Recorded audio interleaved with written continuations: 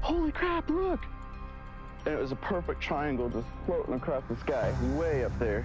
I think it was a spaceship of some sort.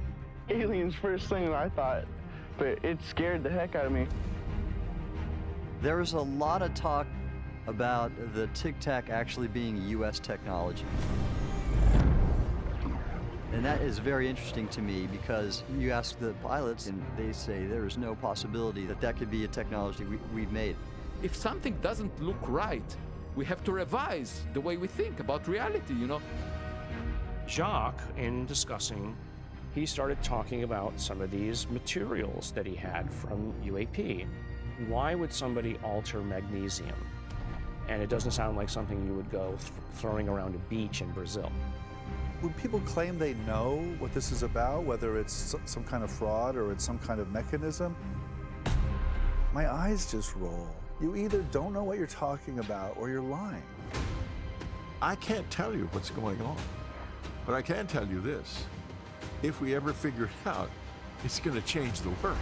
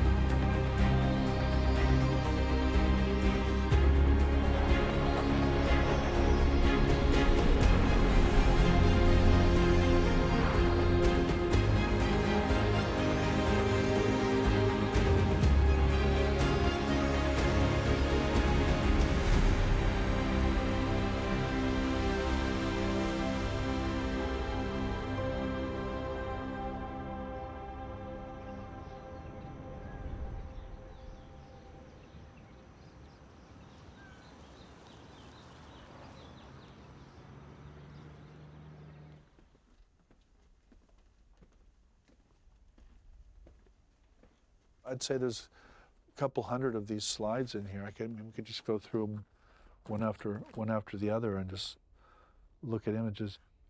I am looking at pictorial targets that were likely used for remote viewing subjects to test their remote viewing capacities. Remote viewing was a kind of military lingo for what an earlier period would have called clairvoyance, essentially seeing what's happening at a distance. And the US government and various US intelligence agencies got very interested in these capacities in the 1970s. And it's partly because the Soviet Union was interested. And so there was a kind of parapsychological space race. Intelligence agencies basically trained a number of military professionals to become clairvoyant spies on the Soviet Union. That's essentially what remote viewing is. Russell Targ is a laser physicist. He worked with another physicist named Hal Puthoff. They're the ones who ran the remote viewing program. Hal Puthoff, he's in his 80s now. He has been involved a long, long time doing studies on remote viewing, all of it for the government. He knows a lot. He's a deep insider. The person who really led that program after Russell stepped down donated 50 to 100 boxes of declassified material. It's all right here. Operation Stargate, the CIA's so-called psychic spying program, went on for about 20 years, and its budget got cut during the Clinton administration when the post-Cold War atmosphere was producing budget cuts in the military and intelligence. And there is a debate to this day over the validity of the results that emerged from Stargate. They would put these in a slide machine, they'd throw the image up on the slide, and they would ask the remote viewer who would be in another room or another building what was the image up on the screen at that moment. And they would have some system for determining whether it was a hit, a miss, or a near miss, or a near hit. People think that's all, bogus, but it's not. If you look at the actual studies and read the documents, remote viewing got great results. Essentially, it's the idea that we live in this infinitely entangled universe at the quantum level. Psychic espionage is really just a matter of indexing a kind of a place and time in time-space that allows the psyche of the investigator to target that.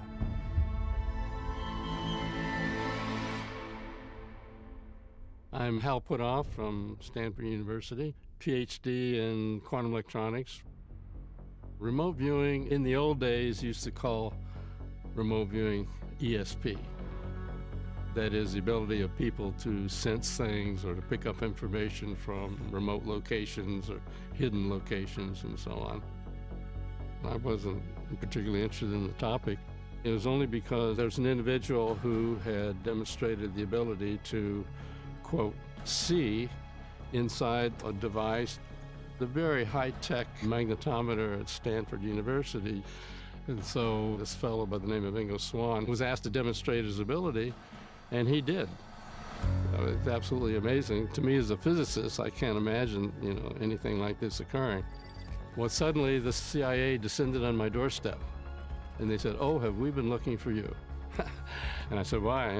What'd I do?" And he said, "Well, we saw that early in your career you were a naval intelligence officer, you used to be an NSA, saw I was at SRI, and I was a physicist instead of a psychologist," which they took to be a plus. And they saw that this experiment occurred, and they said, what we're dealing with is that Russians have been spending millions of dollars at their best institutes with some of their best people for years on, quote, ESP research. So we're wondering, would you be willing to set up a small program to look into it?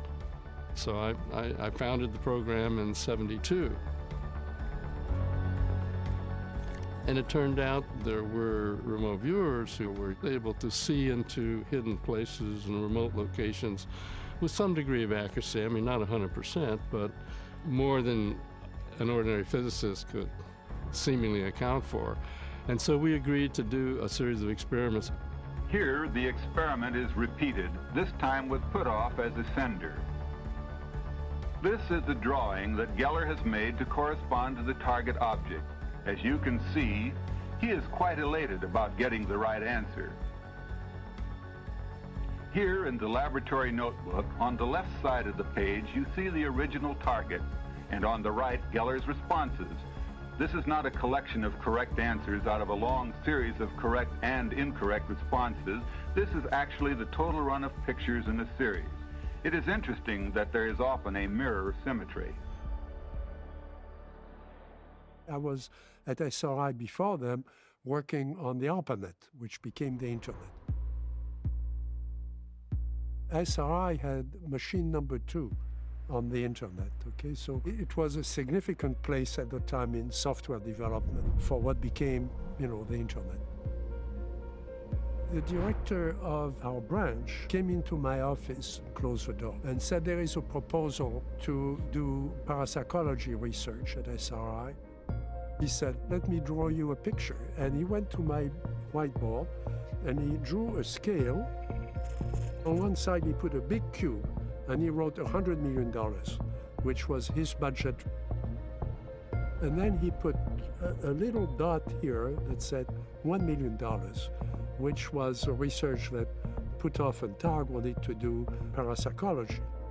And he said, we're going to jeopardize $100 million of research with IBM, AT&T, Intel, Xerox, major corporate America companies, by doing this research on parapsychology where, we may be subject to a lot of ridicule, we may not find anything. And he said, you've been able to keep your reputation You know, in science, when studying UFOs, how did you do it? And I said, well, you know, the solution may be to keep that research classified, not because there were big secrets, you know, for the next atom bomb, but because if you announce it on day one, everybody is going to attack us. We should let Puthoff and Targ run a laboratory here. It became an extraordinary program at SRI, Stanford Research Institute, on remote viewing. We ended up training Army intelligence remote viewers to learn to tap into this. And so that's how the whole remote viewing program took off. One of our very first operational cases that we did for the CIA was they wanted to know about a research facility in the Soviet Union. Semipalatinsk was the name of it.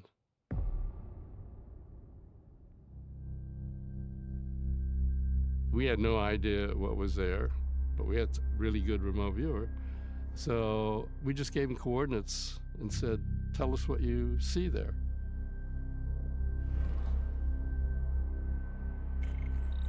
He drew a giant crane, he said it was so large, and ran over the top of a building and said that they were building these giant spheres there, 60 foot in diameter.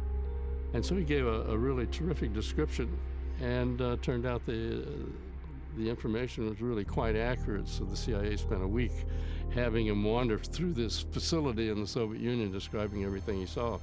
And so it was evaluated by a number of elements of the agency and other outside contractors, and they were absolutely amazed.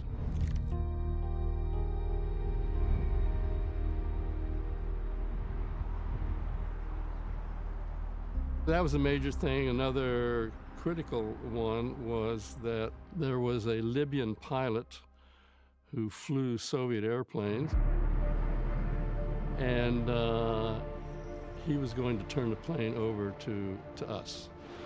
But after he was in the air, he got cold feet. He realized, oh my God, the KGB will, chase me the rest of my life. So he just bailed out of the plane, and he said, okay, I had a problem with the plane, I just bailed out. So the plane just ran till it ran out of gas and crashed in Africa. Shortly after Carter left the presidency, he was addressing a group of students at Emory University in Atlanta, and he related the account of how a Soviet spy plane had crashed in Central Africa, and this spy plane contained lots of valuable espionage technology. So there were recon teams from both the US side and the Soviet side that were racing to find this wreckage and either secure it or procure it. When President Carter was briefed on the plane going down, Stan Turner, who was the CIA director, said, well, we've got these remote viewers, maybe they can find the plane. So we put two of our best remote viewers on it. Long story short, they made an X on a map that was within 3 miles of where that plane crashed. So the CIA was able to go in and get the plane, of course, before the Russians even knew where it was. So those are the kind of operational things that we would do as they came up. Data that, in fact, the Russians were doing exactly this kind of stuff. In fact, when the CIA came to me at SRI and said, we'd like for you to look into this, they plopped a telephone-sized book down on my desk that was full of Russian work in this area. And so that's why they knew that they took it seriously.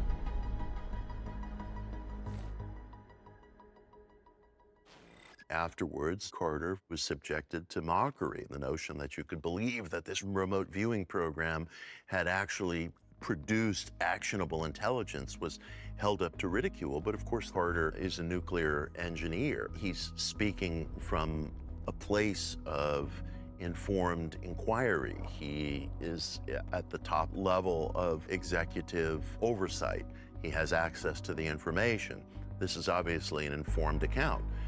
But it's very easy for an observer to just say, oh, there goes old Jimmy again talking about little green men or what have you. It's the easiest thing in the world. the stigma that was originally, forefront for things like ESP research, remote viewing, UFO research, and so on, was very high back in, the 60s and 70s. But because now it's become clear, and much of the information in both the remote viewing program that was highly classified and in the UAP program that was highly classified, since much of that has been declassified, is now available to the public, scientists are beginning to realize that, well, there appears to be more to this than we thought.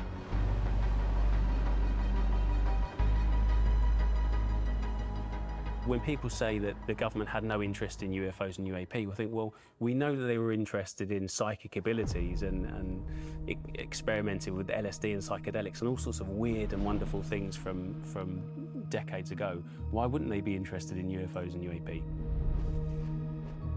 What's really fascinating about that is the overlap between the people who were part of these programs back in like the 70s and the UFO community as it exists now. The people whose names most people will know that are still in the community, are still going on podcasts, are still talking about this. A lot of them were involved in these remote viewing programs decades ago. I tend in the direction that if there were a major planetary UAP event that forced all governments and all peoples to realize that this is an absolutely real thing, I'm of the opinion that it'd be more likely to unite our viewpoints than to result in panic. These UAP events are definitely beyond our engineering, but not beyond our physics. I made a list of what are all the weird things that people have claimed associated with observation of UAP. And there are a lot of weird things. And suppose Einstein's equations for general relativity, black holes and astrophysics, to access those things that general relativity says that in principle you could with warp drive and wormholes and all that kind of stuff, takes enormous amounts of concentrated energy and infinitesimal volumes, and we just don't have that. So I would say it's not beyond our physics. We can understand the physics, but it's definitely beyond our engineering. So given that that's the case, that's another reason why I think the source of the phenomena is not black programs in Russia, China, or the US, but really from some other source. Oh my God, what was that? So, do you see yourself these days as a believer? Am I a believer in UFO? I mean, it's such a funny word. To a scientist, do I have data that makes me think there's something there of value to examine and come to grips with? Absolutely. Does that make me, quote, a believer? Well, I mean, for a scientist, it's data that counts, not opinion about the data. So we need more data. Looking at remote viewing and even how the government viewed it as successful, if not scientifically understood, it makes me think of the brain scans given to Gary Nolan of various military personnel that experienced UFO or UAP events. He was looking at changes to the part of the brain that could possibly be linked to intuition. I guess what I'm getting at is, are some of us special in some way? I think the human being is the ultimate special effects projector. I think human beings are able to project special effects, real special effects, into the physical environment and often change things physically. And that's why I always say I think the human is really the superhuman, but on a kind of unconscious, kind of unaware level. What remote viewing or precognition or any of these abilities strongly imply is that we can actually get information from great distances in space or time. You would think that there must be special people that are able to do this.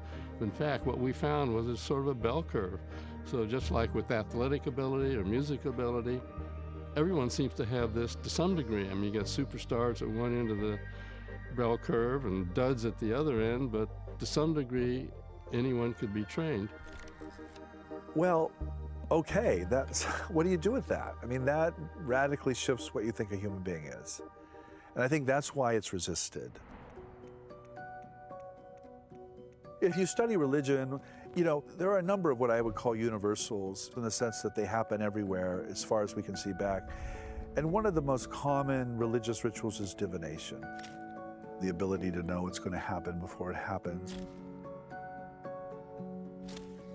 Modern writers are very gifted at explaining their own experiences. The person I always write about is Mark Twain. Samuel Clemens, was viciously funny and critical of everything, but he was completely convinced that he had had these precognitive experiences. He called it mental telegraphy. Because he knew if he wrote about it, it would be made fun of. And so there's this really funny moment where he gives this essay called Mental Telegraphy to a very famous magazine in the 19th century, and he asks that they publish it anonymously. And you can just see the editor going like, you're Mark Twain, I'm not gonna do that. The precognitive dream he relates is actually about his brother's death. It's not a happy event, it's a tragic event. He linked this phenomenon to his own literary creativity, by the way. He got ideas for stories through channels that were not normal. But he didn't have some kind of religious model for it. He just felt this was part of reality, part of what he did. You've written about this idea of other dimensions or realms from the very beginning, but it was fiction, right? I wrote a book called Subespace, and it got the Jules Verne Prize in France. But the idea was that a group of scientists in France were aware of strange lights that were seen outside, but they also came inside houses and inside buildings, and they couldn't understand what those were. This is 1961, 1962. I wanted to posit the concept that those were not necessarily ETs, that it was something else. It turns out that today, people are seeing globes of light. They become material when they are here. The rest of the time, they are not material, which is why they can go through this wall. And they can transform into lights, or they can transform into globes, into balls of light. Not in our normal universe, but in a subset of the universe that I call subspace. And these creatures exist in subspace, and they can come into our world through a number of different media, some of which are flying saucers. This is a debate that people are beginning to have now in the United States. Jacques Vallée has been the primary person who's brought up, let's have a broader viewpoint, that maybe it isn't just ETs coming from some galaxy far away, you know, maybe it's interdimensional. Whether it's interdimensional, time travelers from the future, or maybe some sequestered group hiding out below the seabed or something. I think we have to open up our mental telescope to take in more than just, you know, wayfarers coming from other galaxies. There's a lot of different versions of the interdimensional hypothesis. That's a tough one because we don't actually know what other dimensions are or if they even exist. It's kind of like string theory and quantum theory, but we don't actually have any proof that they exist. They just kind of help us solve problems at this point. And so that hypothesis can kind of take any weirdness that you put on it.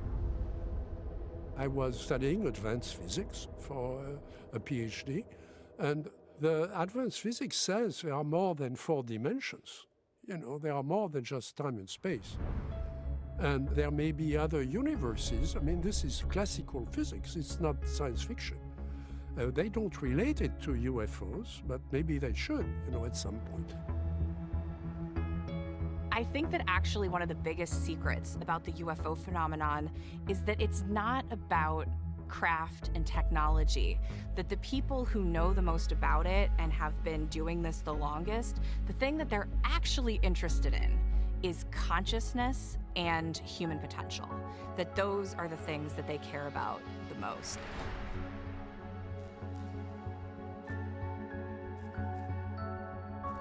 There's a convergence today between the question of UFOs and the question of extraphysical experience. When I was growing up, the outlook on UFOs, if one took seriously the UFO thesis, was, well, maybe they're ET craft, and what would it take for some kind of mechanical vehicle to span such distances? But in the past few decades, I would say that the thesis around UFO phenomena, if one takes seriously that it's something that goes outside of ordinary observation, is that these experiences might be from different intersections of time or different dimensions, which when first said sounds very, very far out. But we've known since the age of Einstein that time is conditional, that one has to logically account for the existence of an infinitude of simultaneous events. People will talk about cosmic wormholes, whereby you introduce some exotic matter into a mix of events and you're able to bend space-time. These are all just conceptual models, but it seems to me that the concepts are better developed around interdimensionality than they are around extraterrestriality, which doesn't mean that only one thing is happening. There could be a whole complexity of things that are occurring. The fact is, if we are experiencing evidence from academic psychical research, ESP research, that the psyche is capable of receiving and transmitting information in anomalous ways that may indicate the capacity of the psyche to travel among different intersections of time from which that information presumably emanates. That is possibly parallel to exactly what's going on when people report UFO encounters or abduction experiences. So part of the complexity of human nature is that we are all conditioned to think in terms of magic bullet theories behind events, as though to say there's just one antecedent, and if we can find that, we'll get to the truth. Whereas there's probably a complexity of antecedents.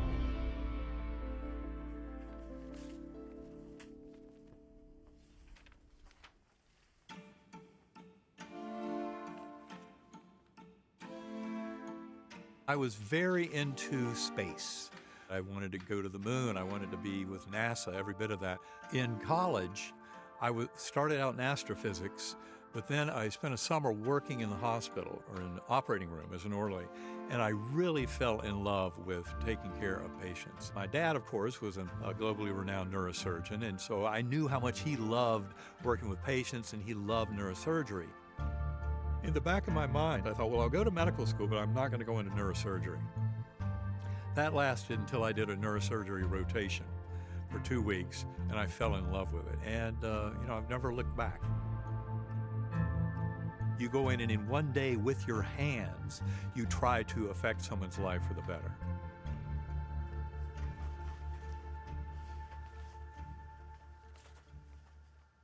Probably every 2 or 3 months, I would hear fairly compelling stories of near-death experiences or shared death or after-death communications that should have gotten my attention.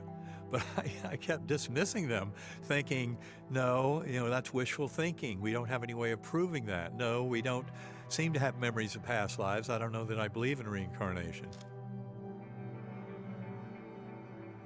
Certainly having my own personal experience went light years towards opening me up to accepting and admitting this beautiful kind of expansion in our knowledge of ourselves and the universe. It was such a mundane day. It was one of the most unremarkable days you can imagine, other than just being a beautiful family day. But then, 4:30 in the morning, November 10th, all of that changed very dramatically, very quickly. What exactly was the diagnosed condition you had, and what is the prognosis for that condition?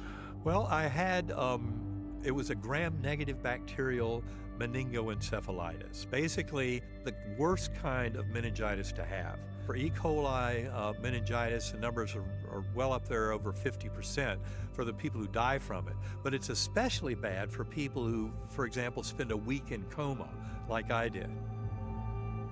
In fact, when the 3 doctors who wrote the case report, they sent it to the Journal of Nervous and Mental Diseases for publication September 2018, the peer-reviewed scientific editor said, wait a minute, this case is absurd. Nothing like this precedes it in the medical literature. How do you explain this recovery? And they said it's because he had a near-death experience. So it all started in a very primitive way. There came a slowly spinning white light. This white light had fine silvery and golden tendrils, and it came towards me, very slowly spinning. And as it did so, I realized that it came with a perfect musical melody. The first time it happened, the light portal took me up into this brilliant, ultra-real Gateway Valley. It had many Earth-like features. I mean, there was this meadow that was lush and fertile and beautiful, surrounded by forest, waterfalls and the crystal blue ponds, beautiful billowing clouds of pure color against a blue-black velvety sky. Thousands of beings dancing down in this meadow. I had no body awareness at any point. I was simply an observer. And what I observed, I was a speck of awareness on a butterfly wing. There were millions of other butterflies. They were looping and spiraling in these vast formations. And the best part about it, as I've said, I wasn't alone. You feel that, like a big hello from this God force of pure love. I was told, you're not here to stay. We'll teach you many things. You'll be going back. And that happened. I would just tumble back down. But it was by remembering the musical notes of the melody that I could conjure up that light portal and these spiritual realms.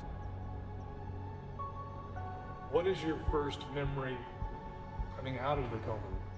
The actual kind of awakening that my family witnessed, where I was fighting the ventilator, and then when they pulled the breathing tube out, I said, thank you.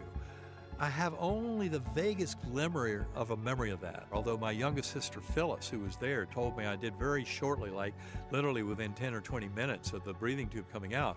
She said I was sitting there on the bed, looking around at everyone in the room, and I would look them in the eyes and say, don't worry, all is well. What I'd been through was astonishing. I wanted to tell everybody about it. But my doctors were trying to tell me, oh yes, you were very sick, your brain was soaking in pus, we don't even know how you're coming back to us now, but you can forget about it because the dying brain plays all kinds of tricks. I just thought, okay, hallucination, vast hallucination, bad meningitis, I get it. And that's what I tried to tell my son. He had been at the bedside while I was deep in coma. He knew something very unusual was going on. And he told me, write everything down before you read anyone else's near-death account.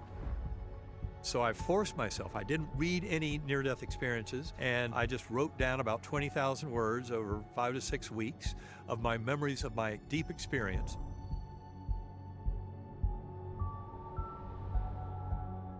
There are very interesting corollaries for people that have had experiences with non-human intelligence or UAP, UFOs, and those that have had near-death or other forms of out-of-body experience, in reporting that there seems to be some layer of reality that we can't often perceive that is just right around us all the time. And we have a problem discussing this. People say, oh, it's like some other dimension, or it's some higher dimension, and then somebody will inevitably say, well, what is a dimension? How can you say that it's a dimension, and how can you possibly know that it's higher than ours? When a physicist or a neurosurgeon has an experience, you listen to them, but when an ordinary person has such an experience, you don't listen to them. And I'm like, why? Why? It's the same experience. The answer to the why is it's the culture. It's how knowledge is being constructed at that particular moment and how authority is being delegated. But it actually has nothing to do with the actual experiences or with what's being communicated. We have to get to a common point because there are so many millions of people that had experiences of some just adjacent realm to ours. And by merely putting experiencers of one modality near experiencers of another modality, that conversational chain opens up.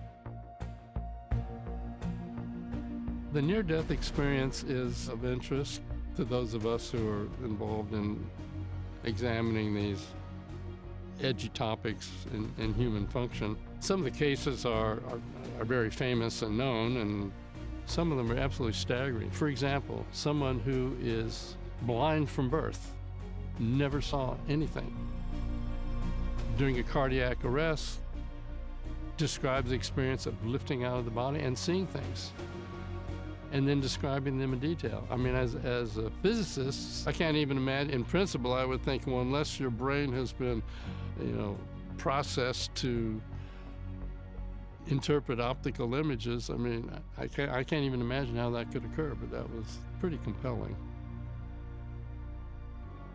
The pre-coma me would have said basically that the brain takes sensory input, like from eyes, ears, touch, balance systems, etc., assembles that in kind of a version of the now involving the physical body, but then you have access to memories of all the events you've been through. And the piece I would have missed tremendously that I know now since my coma is very real are the aspects of conscious awareness and information access that go beyond the ken of our physical senses. All of that speaks to the issue that we are somehow connected. And as a quantum physicist, I say, quantum entanglement, we're somehow connected to the universe around us well beyond what we usually take cognizance of just based on our typical five senses. A Las Vegas businessman is plopping down $1 million to find out if there is evidence of an afterlife. Space entrepreneur Robert Bigelow has announced the creation of a new institute that is devoted to research into whether human consciousness survives physical death. Robert Bigelow is an entrepreneur. He has made most of his money in real estate and hotels, and he's done a lot of work in the aerospace area. He just a few years ago decided to turn his attention and his resources toward investigating the evidence for survival of death. Robert Bigelow's been interested in UFOs for a very long time, I think since he was a young man, basically. And he decided to offer financial support to the study of UFOs, and he set up a group called the National Institute for Discovery Science. NIDS is the abbreviation, in which he brought together some of the best people in the field, among them people like Hal Puthoff and Jacques Vallée and a lot of people we're familiar with today. And that's where I met people like Whitley Strieber, John Mack, and of course Jacques and I were part of that. Mr. Bigelow's had a long-standing interest in paranormal phenomena and UFO or alien-type phenomena and the paranormal aspects of this. If you sort of trace it back, it is a lot of the same people. I mean, Harry Reid knew Bob Bigelow. I think he influenced Harry Reid. He also was the contractor, not surprisingly, that worked for the ATIP program at the Pentagon that Harry Reid set up. As it turns out, Robert Bigelow separately set up something called Bigelow Institute for Consciousness Studies. He decided to put up a lot of money, I mean millions of dollars, to investigate near-death experience. Why is it important that somebody like Robert Bigelow, somebody with the means that Robert Bigelow has, that he's providing the funding for this kind of research? There isn't funding anywhere else. Private individuals, especially private individuals with means, are some of the only people who are willing to take a risk on this because they're not worried about their reputation. So they have the freedom to take risks, to go in experimental, edgy directions. There's not that kind of willingness to explore within the business world. In the world of startups, like we think about people taking risks and, you know, trying new technologies, but even that all is super conservative compared to doing this kind of research. When you lose loved ones, it does provoke that question, well, did they survive? And it's happened to me. Robert Bigelow has had tragedy in his family. He's lost some loved ones, including his wife. And so, yeah, I think absolutely it's not just an intellectual quest, it's a very personal quest. Just a few months ago, Dr. Sean Kirkpatrick, the chief of AARO, resigned. This is the #1 UFO hunter for the government, trying to make sense of all this. And he did take a parting shot on the way out the door at a group of people who all know each other for decades, who are kind of at the tipping point of this new world we're in. It's unfortunate that he felt a need to do that. That's Mellon. That's Valet. Mm-hmm. Tough. We've talked about it, right? Yeah, but those people were only the catalyst. They aren't the ones still moving the narrative, right? So all those people have done, I mean this in a positive way, they've brought others in. Others who've looked at the data and said this is worth studying. This morning, the former leader of the Pentagon's UFO tracking division is casting some doubt on the existence of alien craft. Sean Kirkpatrick is the former director of AARO, and he has since retired, but he's been doing some press. After the hearing, Dr. Sean Kirkpatrick refuted Grush's claims in a letter published on his personal LinkedIn page. He wrote, AARO has yet to find any credible evidence to support the allegations of a reverse engineering program for non-human technology. Sean Kirkpatrick put a negative spin on it and said, well, there's just this group of groupies who are, you know, big on UFOs and ETs and so on, and they just keep talking to each other and sharing data back and forth. That's the scientific method. Nothing wrong with that. So there's kind of a disconnect there between his statement about it versus the people who are actually involved. And yet at the same time, AARO, the office that he oversaw, published that there's a number of cases that we don't understand, including these metal balls that seem to be flying around our battlefields.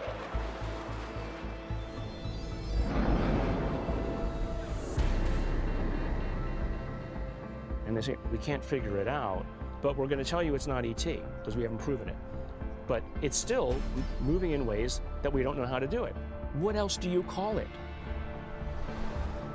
If you want to solve this mystery, if you want to get to the bottom of this, the best thing you could possibly do would be to get the U.S. intelligence community to take this on, to find answers, because they have capabilities that are exquisite. We have just insane sort of capabilities that the public often doesn't know about, but we've got satellites in geosynchronous orbit, in low Earth orbit, in highly elliptical orbits, and things under the ocean, and air platforms, and new generations of things. We have 17 different space surveillance capabilities.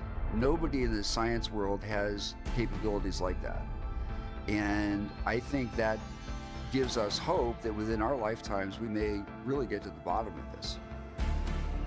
It's clear to me at a very high level, and we're talking the National Security Council and the Office of the Director of National Intelligence, that both of them have directed, we do not want to disclose all that we know about UAP.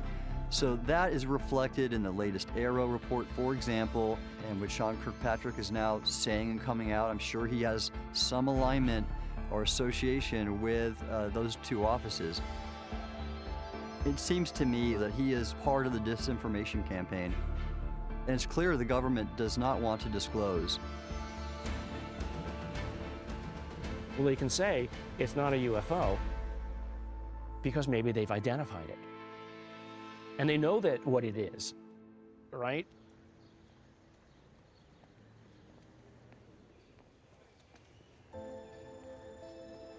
We're in some kind of a race, and the race is with destiny, human destiny, and the destiny of whoever or whatever is here. You have the Defense Department resisting every step of the way because they've got so much to hide, and the embarrassment when the truth comes out is going to be, to say the least, fantastic. Imagine if you did have a recovered craft. It'd be something the equivalent of taking something back to, the 1700s and dropping them a brand new Harley-Davidson motorcycle. But they ain't gonna figure out. And they're not gonna figure out the gasoline, they're not gonna figure out anything. They might kick it over and it, boom, and kicks off. But and that's sort of like where we're at right now. Some people think, oh, the government has the full picture and they just don't want to tell us. I think it's just as likely they're reluctant to tell us what they know because of a lack of knowledge. It's because they don't have the answers, and it scares them because it's like, where is this stuff from?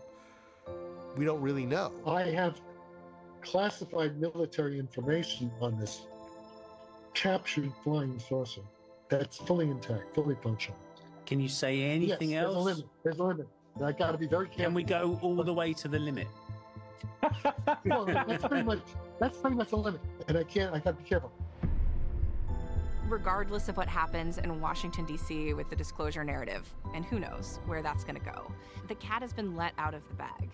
I think that there is a growing number of people who are picking this up as a real legitimate line of inquiry. These are anthropologists and, religious studies people and philosophers. We're seeing people teaching UFO classes in colleges.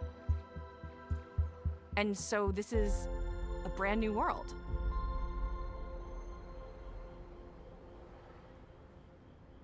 We should be constructing the arguments in a way that will convince the public that we're serious about it. You can't claim a scientific conclusion if you don't produce the science that you used to come to the conclusion for other people to verify. Otherwise, it's just an anecdote. You are passing off as truth a story. I actually don't think we'll ever get a scientific model for this because it's not science.